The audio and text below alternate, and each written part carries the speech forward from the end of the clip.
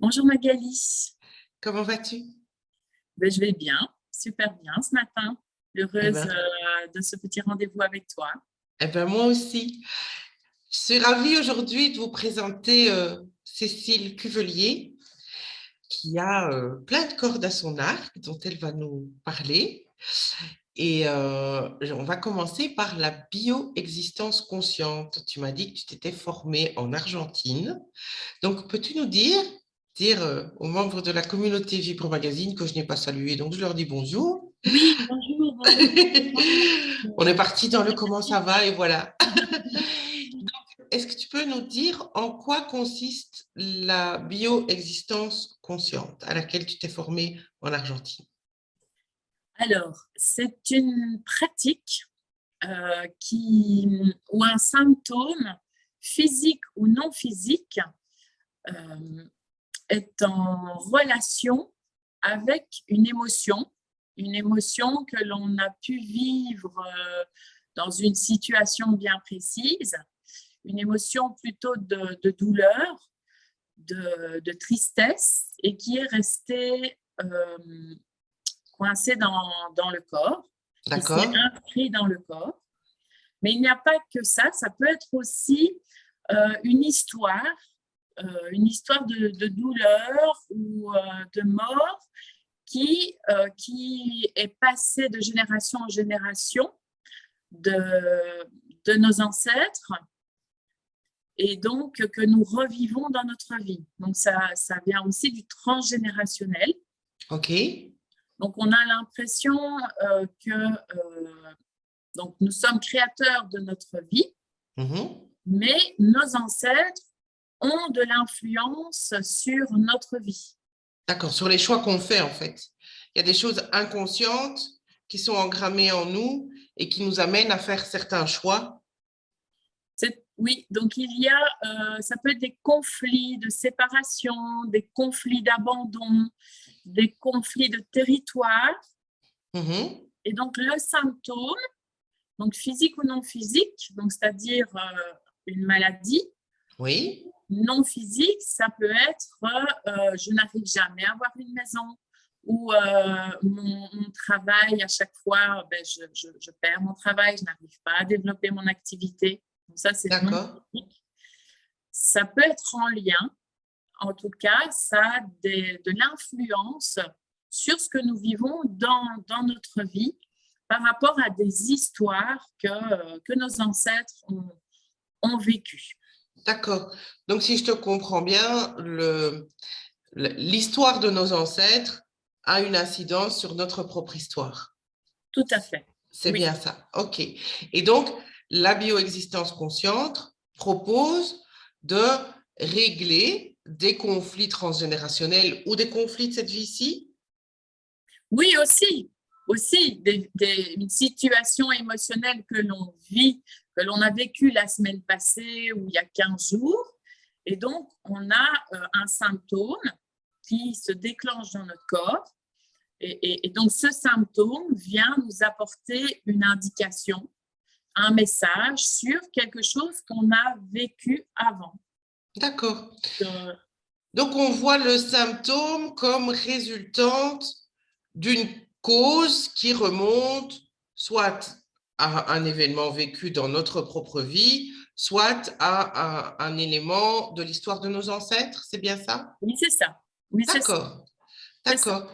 Et alors, comment est-ce que la bioexistence consciente va traiter ces symptômes? Alors, comment on va traiter ce symptôme? On accompagne la personne, on permet à cette personne d'expulser.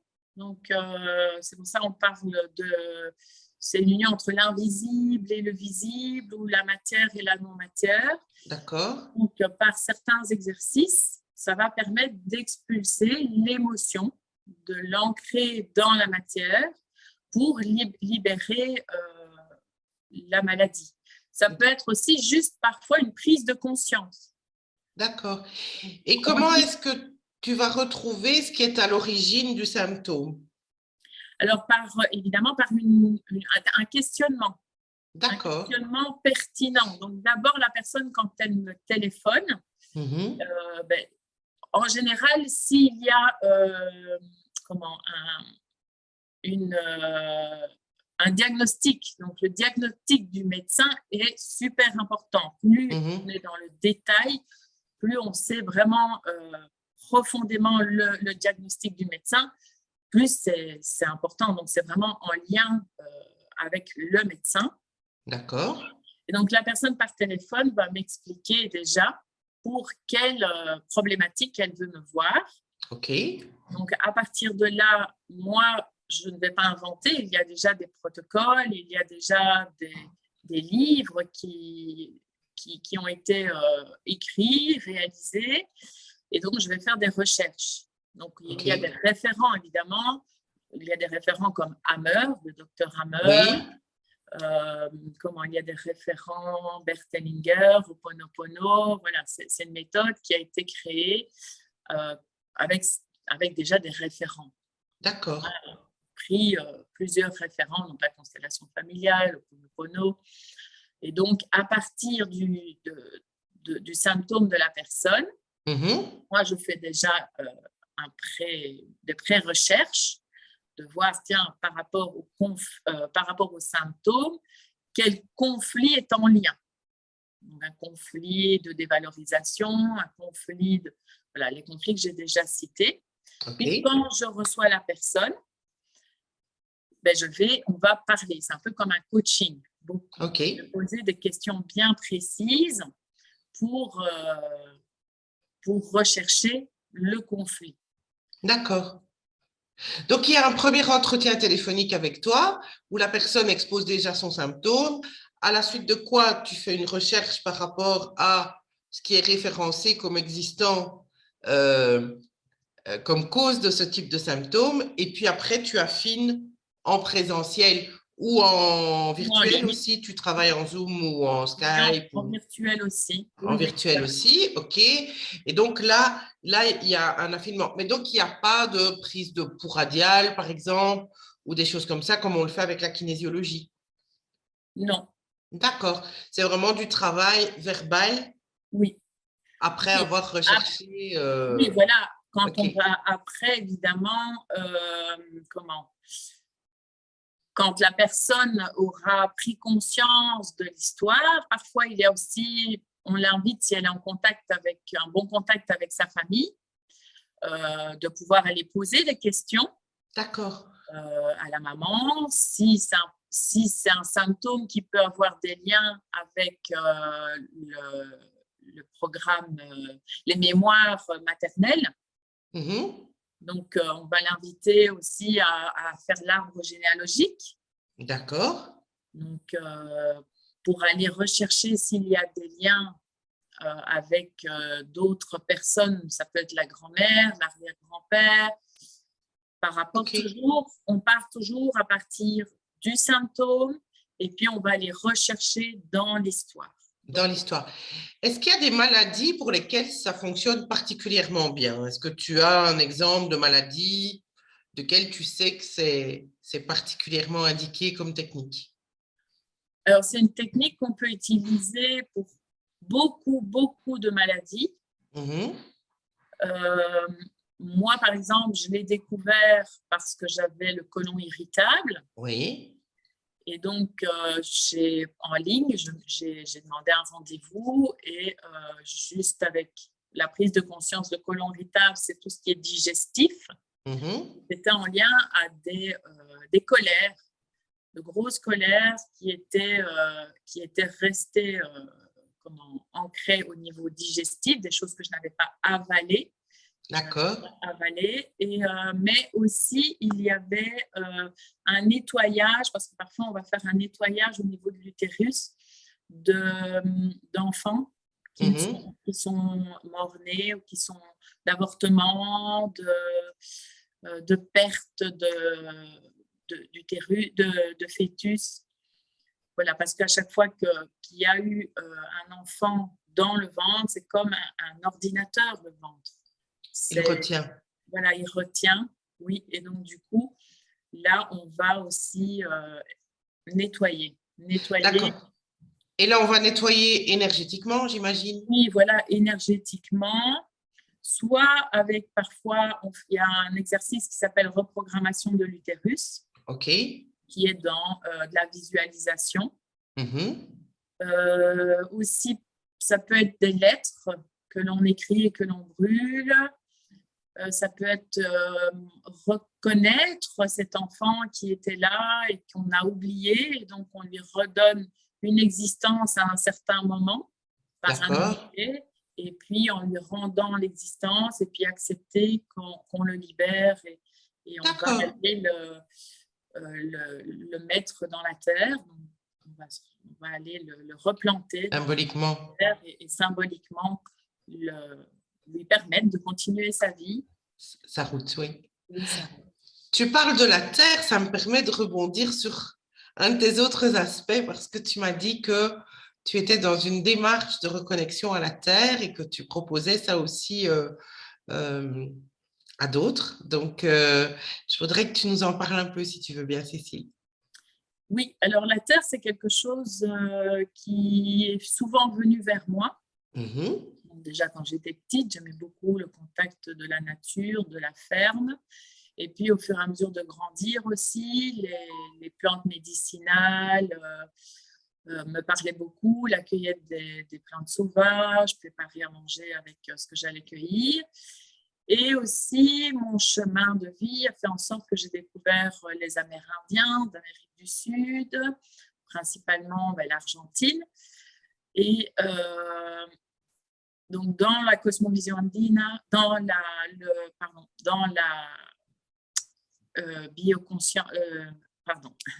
Bioexistence dans consciente. la bioexistence consciente, la personne que je suis s'est formée aussi par une autre méthode qui s'appelle la cosmovision andine. Donc, ce sont Oui. des rituels de Los Queros qui vient du Pérou, Mhm. qui croient beaucoup que la Terre est vivante, que tout ce qui est autour de nous est en lien avec nous. Il y a beaucoup de respect, de rituels par rapport à ce qu'ils appellent la Pachamama, la Terre-Mère.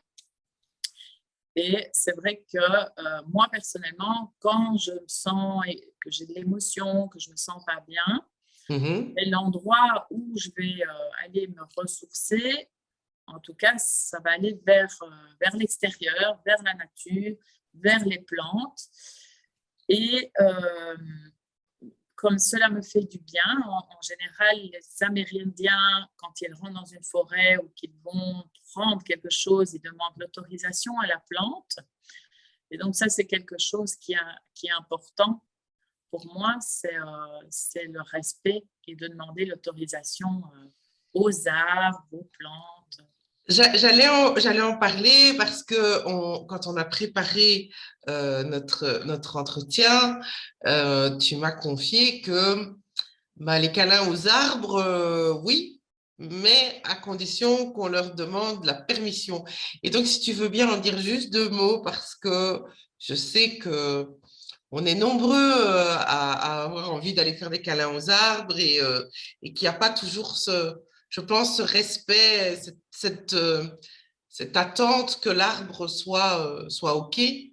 Donc, si tu veux en dire deux mots, ça me ferait plaisir. Oui, après, certaines personnes peut-être pourraient dire que c'est un transfert d'humain que j'imagine ou que je pense que le vivant, que ce soit l'arbre ou la plante, pourrait ressentir des choses que nous, on ressent. Oui. Mais c'est vrai que quand je vais dans une forêt, j'ai l'impression que c'est un être vivant et qu'il a besoin aussi qu'on ait son autorisation. C'est une énergie. Il est fait comme nous, d'eau, De d'énergie, matière, de matière. Oui, oui.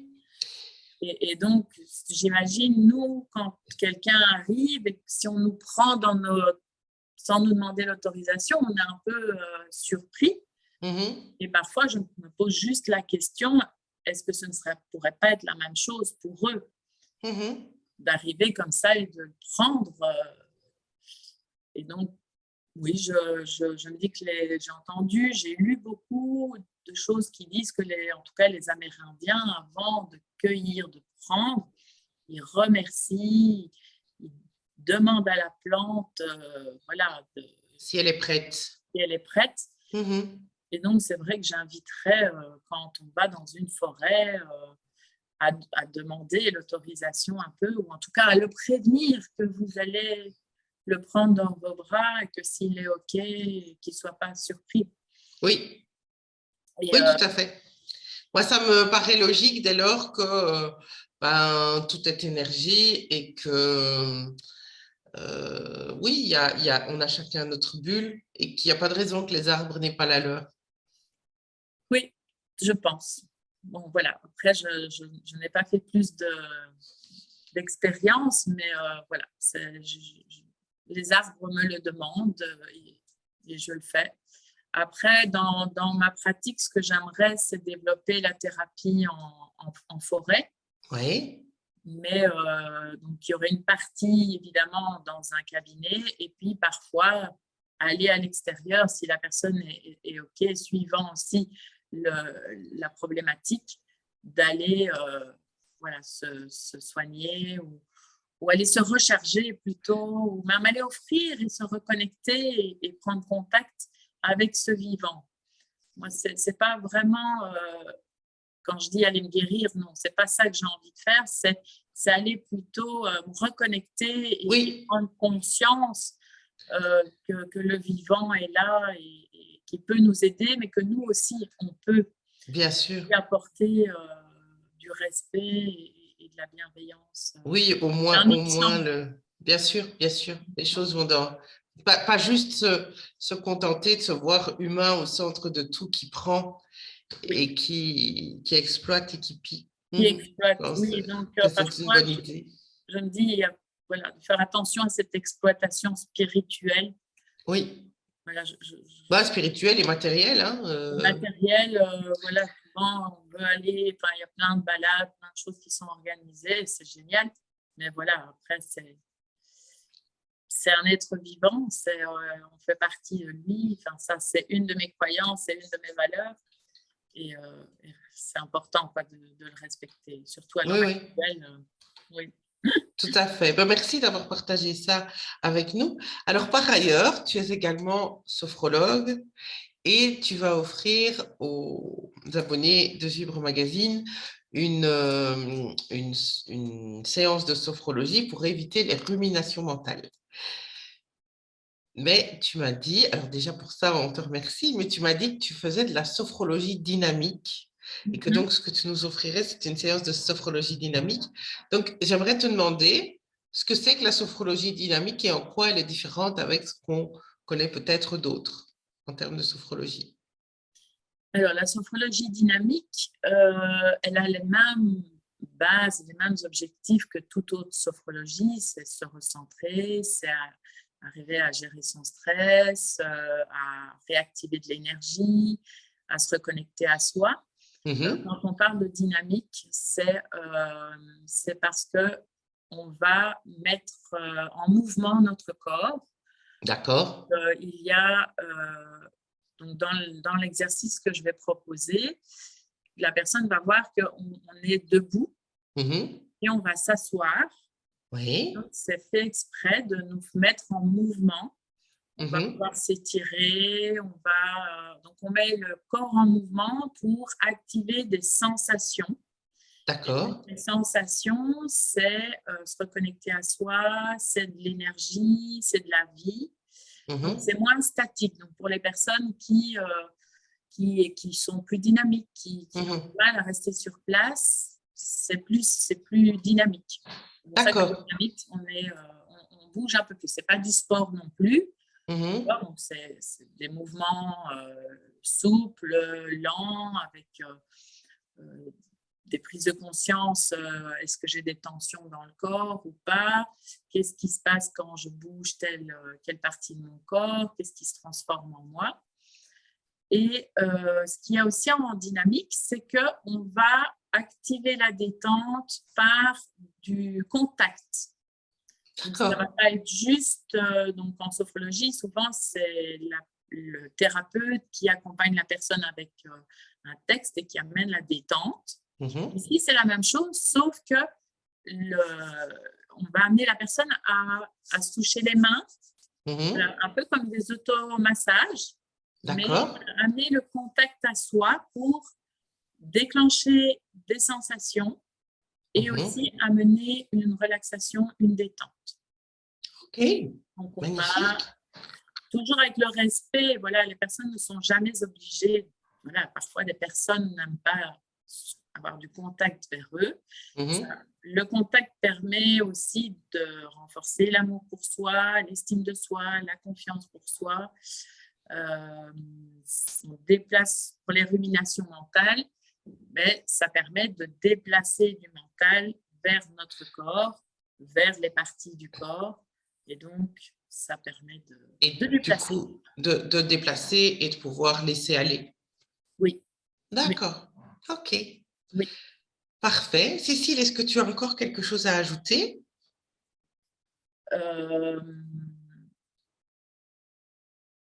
Non, je ne pense pas. En tout cas, j'ai passé un super moment. Je suis vraiment super heureuse de ce partage sur ma galerie. Merci.